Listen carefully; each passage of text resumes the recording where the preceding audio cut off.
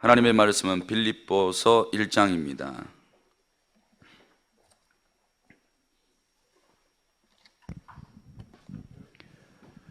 그리스도 예수의 종 바울과 디모데는 그리스도 예수 안에서 빌립보에 사는 모든 성도와 또한 감독들과 집사들에게 편지하노니, 하나님 우리 아버지와 주 예수 그리스도로부터 은혜와 평강이 너희에게 있을지어다.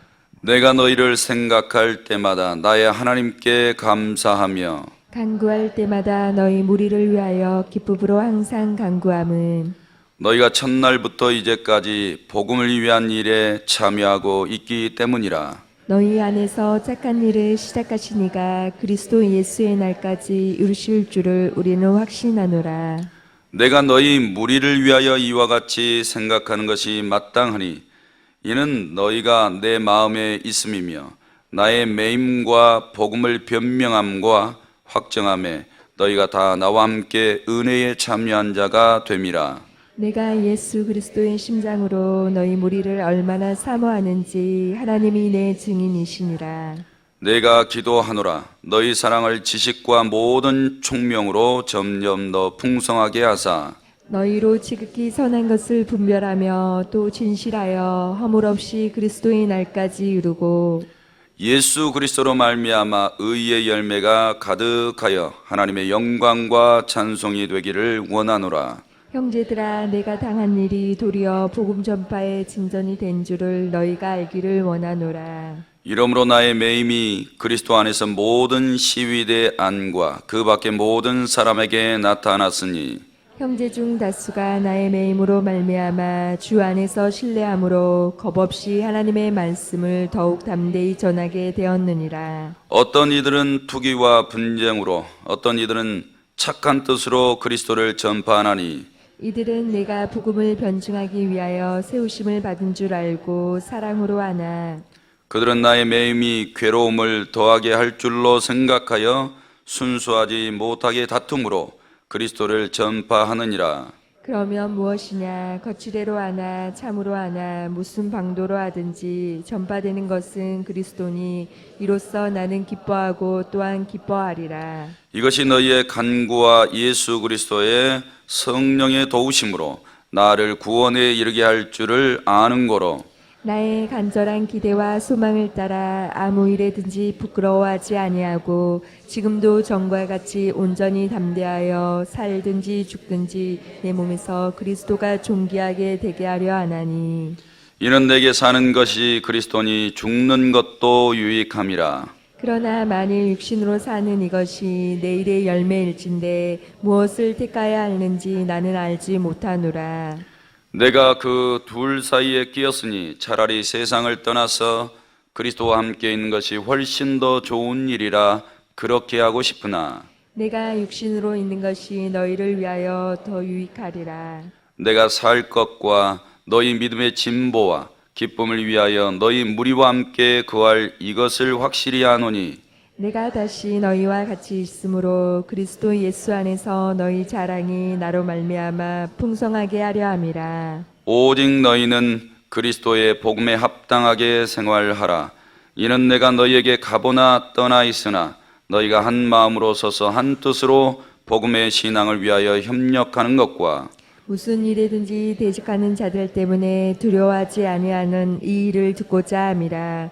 이것이 그들에게는 멸망의 증거요 너희에게는 구원의 증거니 이는 하나님께로부터 난 것이라. 그리스도를 위하여 너희에게 은혜를 주신 것은 다만 그를 믿을 뿐 아니라 또한 그를 위하여 고난도 받게 하려 하심이라. 너희에게도 그와 같은 싸움이 있으니 너희가 내 안에서 본 바요 이제도 내 안에서 듣는 바니라. 아멘. 이렇게 고백하시겠습니다. 하나님 사랑합니다. 오늘 빌립보서를 공부하게 됩니다. 빌립보서는 바울이 로마 감옥에 투옥되어 있었던 기간이 AD 61년에서 63년입니다.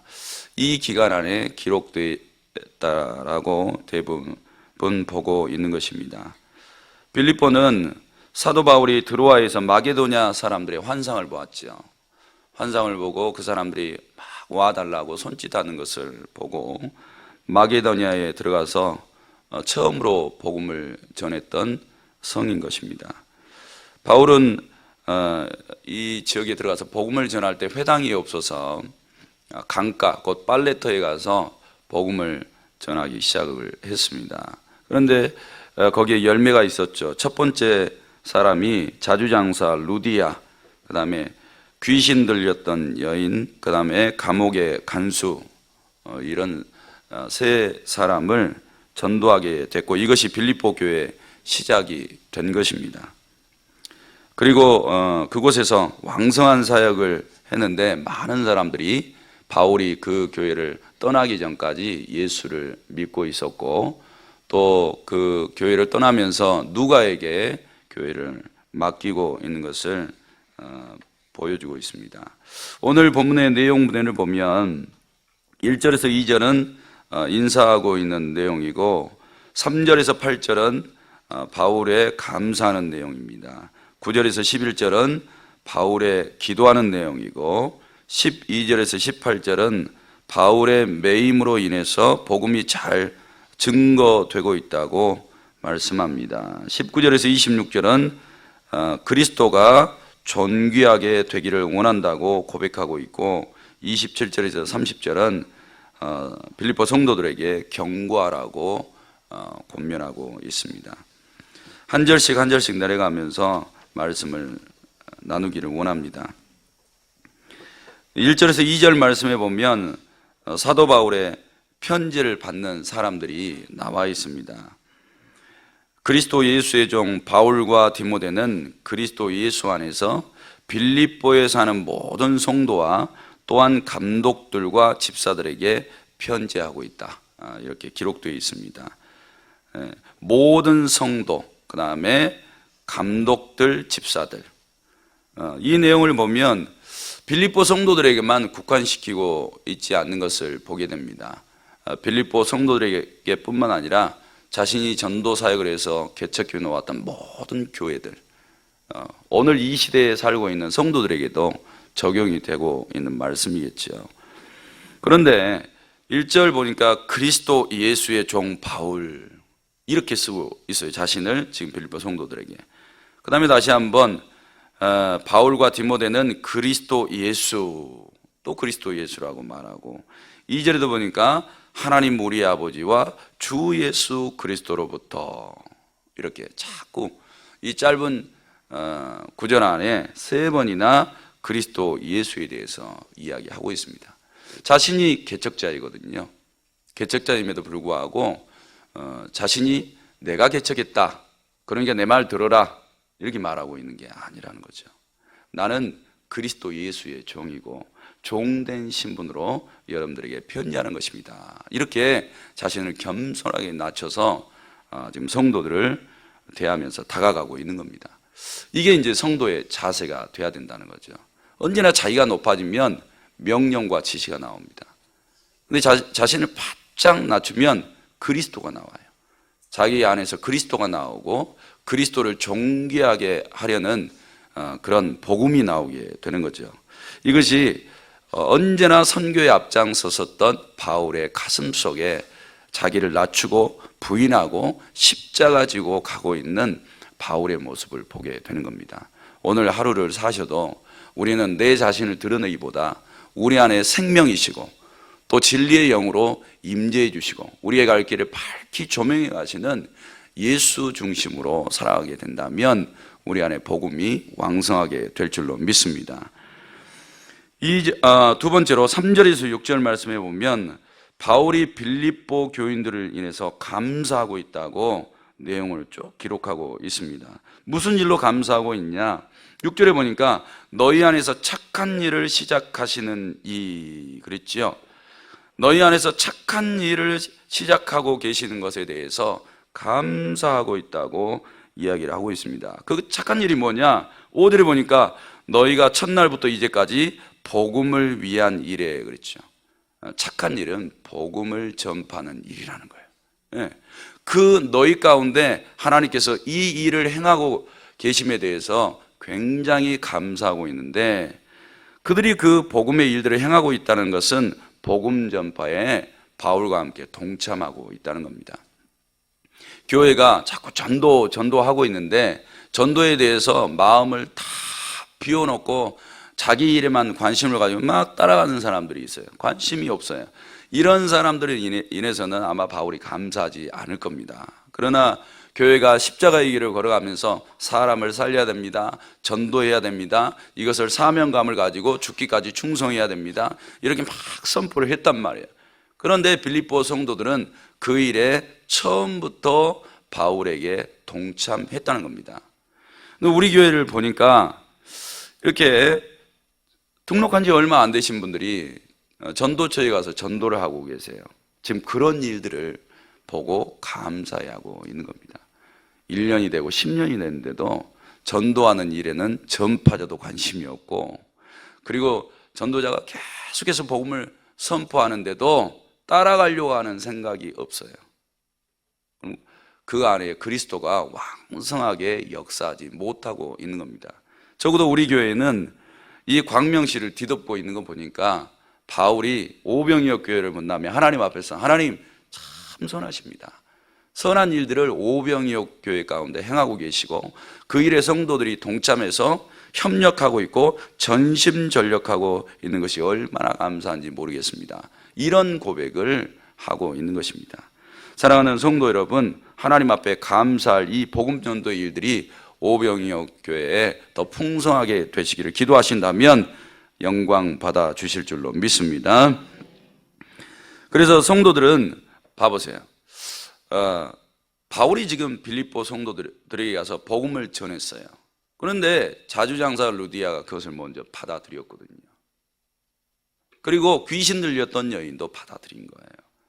그리고 감옥에 있었던 간수도 복음을 받아들였죠. 그런데 이렇게 빨리 하나님께서 선한 일을 행하시는데 빌립보 성도들이 동참하게 된 것은 받는 사람이 아니라 주는 사람으로 바뀌었다는 거죠.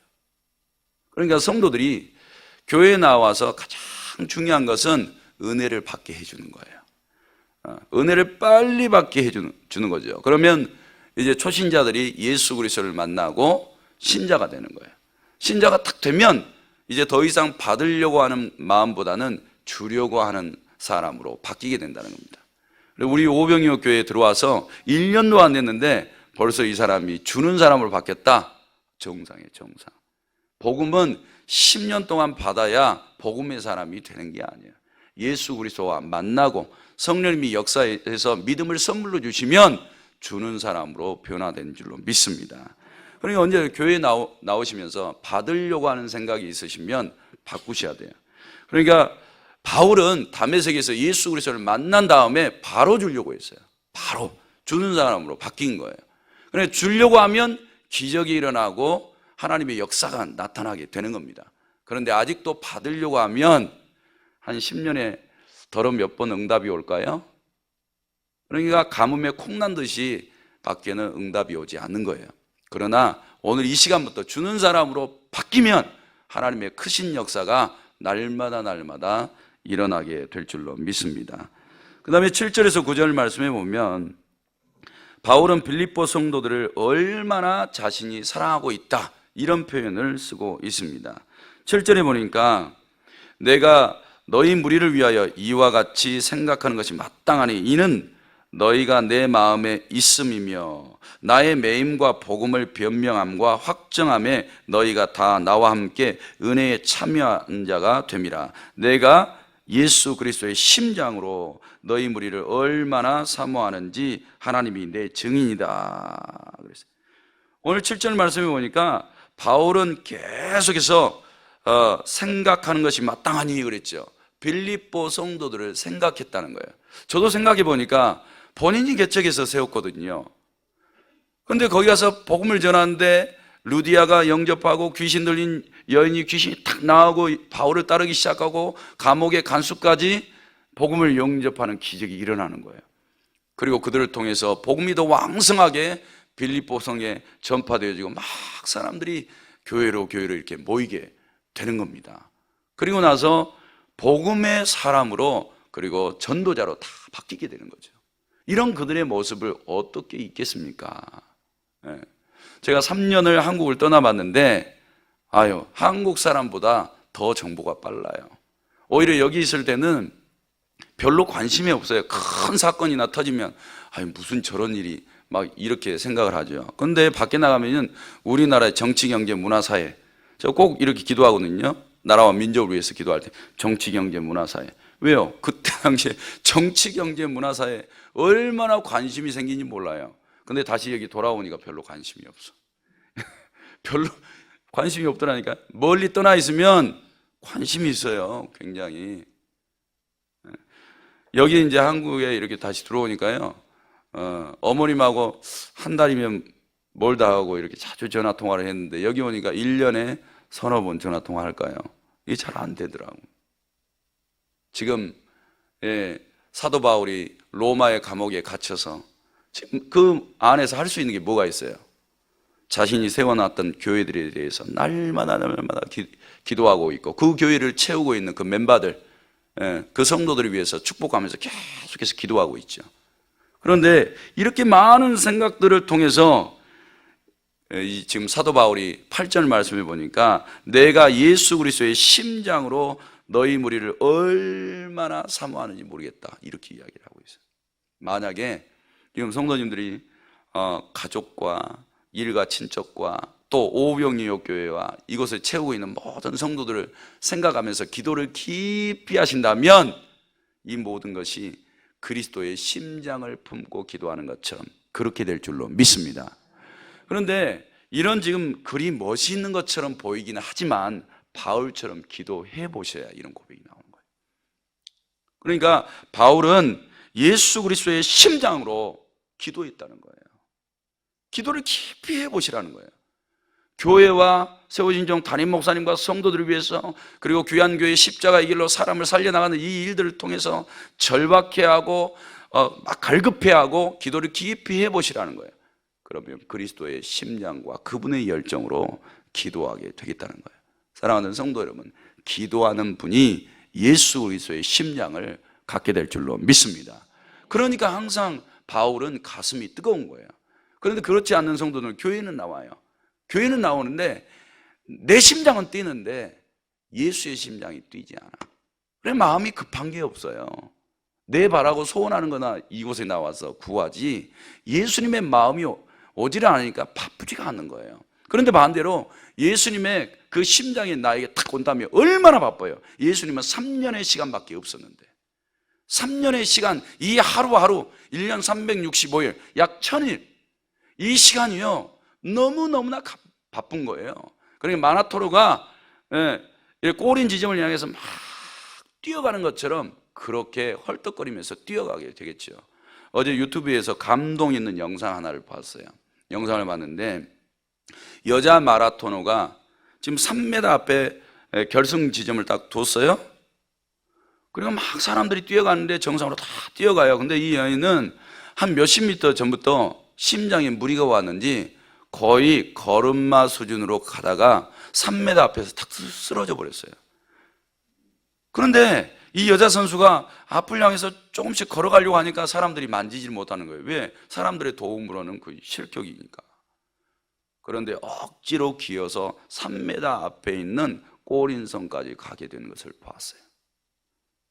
이 사람을 전도자라고 본다면 그리스도의 심장을 가진 거예요. 우리는 그리스도의 심장을 가져야 돼요. 가다가 쓰러져도 헐떡거려도 기어가더라도 지금 바울은 예수님의 심장을 가지고 감옥 속에서 쉴 수가 없는 거예요. 자신이 세워놨던 교회들이 왕성하게 부흥성장하고 하나님의 나라가 지금 바울의 눈에 거대하게 빠르게 확장되어 가는 것을 보면서 그는 더 기뻐하고, 내가 나가서 복음을 전하는 것이 아니라 성령님이 사람들 속에서 받은 자가 주는 자로 바뀌어서 복음을 막 전하는 이 일들을 위해서 심장 뛰게 기도하고 있는 거예요. 이것이 복음인 줄로 믿습니다. 그리고 이 빌립보 성도들을 예수님의 심장으로 기도하니 얼마나 기도받는 자가 축복의 사람이요 기도해 주는 자가 복의 사람이 되겠습니까? 예수님 그리스도의 심장을 가지고 우리가 나아가셔야 될 줄로 믿습니다. 그래서 지금 바울은 이렇게 기도 안에서 그리스도 안에 빌립보 성도들을 끌어왔어요.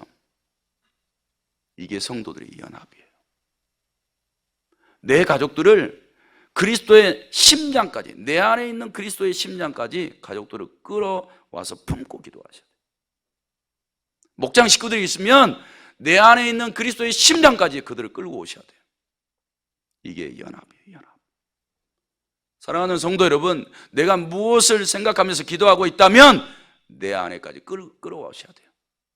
그곳에서 예수 그리스도를 만나시고 무릎을 꿇으시고 소원하는 것들을 아뢰시고 눈물을 흘리시고 하나님의 일들을 행하세요. 그 안에서, 이게 예수 안에서 연합이에요.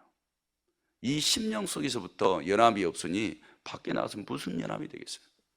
머릿속에 있는 날카로운 이성이 이 연합을 다 쓰러뜨려 버리죠. 사랑하는 성도 여러분, 이 바울이 가졌던 예수 그리스도의 심장은 복음 안에서 연합이에요, 통합이에요, 하나됨이에요. 이 일들을 우리 안에서 이루어가게 되시기를 주님의 이름으로 축복합니다. 그 다음에 네 번째로 12절에서 14절 말씀에 보니까 바울이 자신의 당한 일이 도리어 결과적으로 큰 도움이 되고 있다라고 이야기를 하고 있습니다. 형제들아, 내가 당한 일 그랬죠. 13절에 나의 매임, 14절에도 나의 매임, 그 다음에 17절에 그들은 나의 매임, 이렇게 감옥 속에 이 매여 있는 것이, 봐보세요, 도리어 복음 전파의 진전이 된 줄을 너희가 알기를 원한다. 상당히 악조건 속에 들어갔는데 반대로 굉장한 도움이 됐다는 거예요. 어떤 면에서 도움이 됐는가 보니까 13절 말씀에 읽어보면 12대 안에 있는 사람들, 그 다음에 그 밖에 있는 사람들에게 복음이 전파됐다는 거예요. 감옥 속에 딱 갇히니까 그 감옥을 지키고 있는 사람들, 안팎에 있는 사람들에게 복음이 능력 있게 선포돼서 그들이 예수를 믿게 됐다는 거예요. 도저히 불가능한 일이에요. 로마에서 복음을 전한다는 거, 이것은 마치 우리가 무슬림권에 가서 복음을 전하는 것과 같은 일이에요. 그런데 오히려 이 감옥에 매인 것이 이 로마 사람들을 전도할 수 있는 큰 도움이 됐다는 거예요. 그러니까 가장 열악한 상황이 가장 큰 기회일 수 있다, 이겁니다. 오늘 하루를 이렇게 가서 가장 힘든 시간에 가장 크신 일을 하나님이 할 수 있다. 왜요? 내가 강하면요, 하나님이 역사를 잘 안 하세요.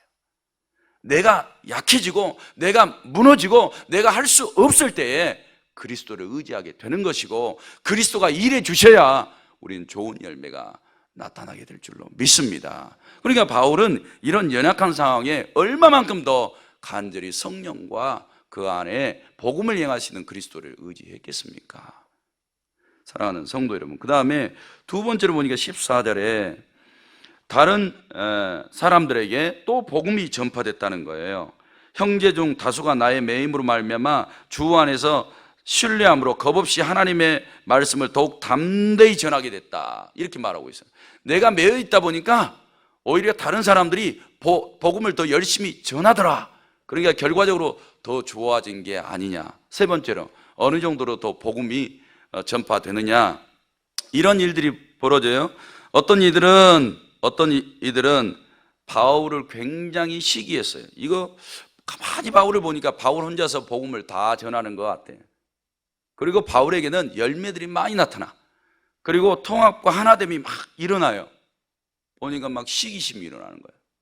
시기심이 일어나는데, 그래서 바울이 감옥에 갇혔으니까 잘됐다, 아주 잘됐다, 이 기회에 우리가 복음을 전해서 바울과 같이 좀 명성 좀 얻어보자, 이런 시기심을 가지고 복음을 전하는 이들이 생기더라 이거예요. 그리고 어떤 사람들은 선한 마음, 바울이 지금 복음을 전할 수가 없으니까 우리라도 힘써서 복음을 전하자, 이렇게 두 부류가 일어나는데, 이렇게 전하든 저렇게 전하든 어떤 동기에 있든지 간에 복음이 전파됐으니까 나는 그걸로 기뻐하겠다는 거예요. 그래서 세 가지 일을 이야기하고 있는 겁니다.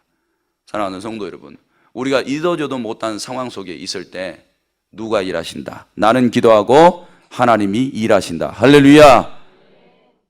이거 우리 그리스도인들만 할 수 있는 사실입니다. 꼭 그런 성도들이 되시기를 주님의 이름으로 축복합니다. 자, 그러면 바울이 15절에 18절에 보니까 끝으로 옥중 생활 중에서 다른 사람들은 어떤 마음으로 복음을 전했는지를 다 보여주고 있고요. 19절에서 28절까지 바울이 그런 모든 사람들을 포함해서 강조하고 있는 말씀이 있습니다. 그게 뭐냐? 한마디로 그리스도가 존귀케 되기를 원한다. 이걸 강조하고 있는 거예요. 빌립보 성도들과 복음을 시기함으로 전하든지 자원하는 마음으로 전하든지 그 모든 사람들에게 이 일들을 이야기하고 있는 겁니다. 19절 말씀해 보니까 이것이 너희의 간구와 예수 그리스도의 성령의 도우심으로 나를 구원에 이르게 할 줄을 아는 거로 나의 간절한 기대와 소망을 따라 아무 일이든지 부끄러워하지 아니하고 지금도 전과 같이 온전히 담대하여 살든지 죽든지 내 몸에서 그리스도가 존귀하게 되게 하려 하나니 이는 내게 사는 것이 그리스도니 죽는 것도 유익함이라. 할렐루야. 이걸 강조하고 나는 이 감옥에 매여 있어도 항상 그리스도만 존귀하게 되면 된다. 내가 사는 것, 이 내 인생의 목적이 그리스도의 존귀함이다. 그러니까 바울은 예배를 하고 있으나 전도를 하고 있으나 말씀을 강론하고 있으나 감옥 속에 있으나 배를 굶든지 배가 부르든지 무슨 일을 하든지 자기 자신의 생명은 그리스도를 존귀하게 하는데 의미가 있다는 겁니다. 이런 마음과 열정을 품으시고 사람들을 그리스도의 심장 가운데 끌어들이세요. 그렇게 하시면 하나가 일어날 겁니다. 그래서 이 믿음에는 어떤 고난이 온다 할지라도 뚫고 나아갈 수 있을 줄로 믿습니다. 사랑하는 성도 여러분, 오늘도 힘내셔서 바울이 오늘 우리가 그리스도인들이 어떻게 생활해야 되는지를 보여주고 있는 것처럼 우리 성도들도 바울처럼 매여있는 그 상태에서도 기도를 깊이 하신다면 참된 그리스도인의 삶을 살아내실 줄로 믿습니다. 그런 은혜가 있기를 주님의 이름으로 축복합니다. 기도 드리시겠습니다. 하나님 앞에 건축 헌금을 올려드립니다. 그리고 주님의 은혜로 살고 있다고 감사 예물 드리고 제목 소원 기도 예물을 올려드립니다. 이 예물을 받으시고 하늘 곳간에 쌓아 주옵소서. 이것이 하나님 약속 있는 보화가 되게 하여 주시고 이 땅에 살아가는 모든 성도들이 가난함을 벗어나서 부유한 중에 복음 전파를 위해 쓰임받게 하여 주옵소서. 그리고 하나님 소원하는 기도 제목도 응답하여 주셔서 하나님 아버지 기쁨으로 신앙생활을 하게 하시고 또 멀리 출타 중이신 담임 목사님 영력과 지력과 체력을 도와주시고 무사히 귀환할 수 있도록 하나님께서 그 걸음을 도와주시옵소서. 오늘 이 시간도 기도할 때 성령 충만 주시옵소서. 축복하오며 예수님의 이름으로 기도하옵나이다. 아멘.